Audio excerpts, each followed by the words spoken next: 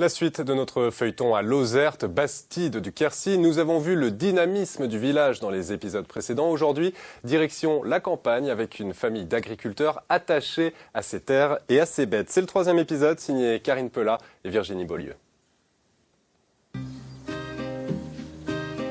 Sur la commune de Lozerte, il reste très peu d'exploitations agricoles.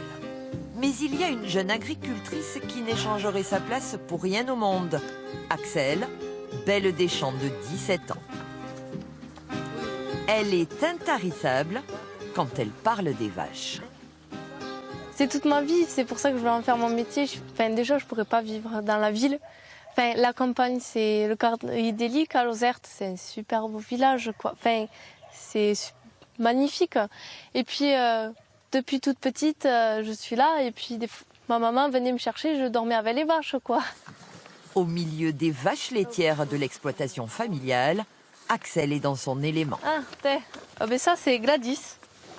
J'aime bien le matin ou le soir aller comme ça, les prendre en photo, les gratouiller, voir, elle va bien, tout va bien, quoi. Ce qu'Axel préfère à Lozerte, c'est le jardin du Pèlerin.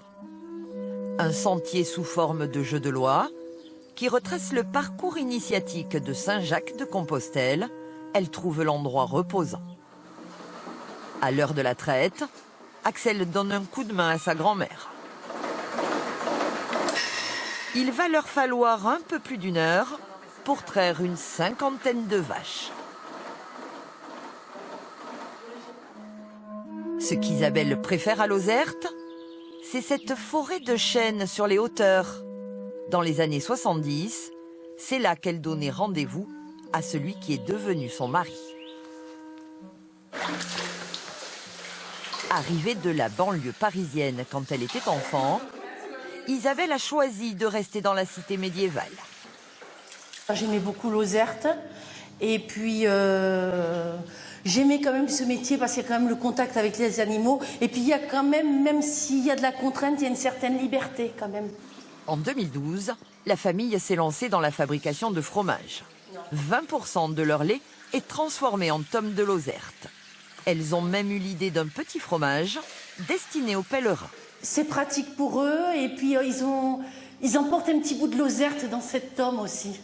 Parce qu'ils ne peuvent pas se charger, les pauvres. Donc, ils amènent cette petite tomette. Et puis, il y a des locaux aussi qui nous prennent des tomettes, quoi. Des fromages authentiques que l'on retrouve en bonne place dans la vitrine. Axel et Isabelle sont fiers d'avoir bravé les contraintes pour rester vivre à Lozerte. Ce jour-là, c'est jour de marché sur la place des Cornières.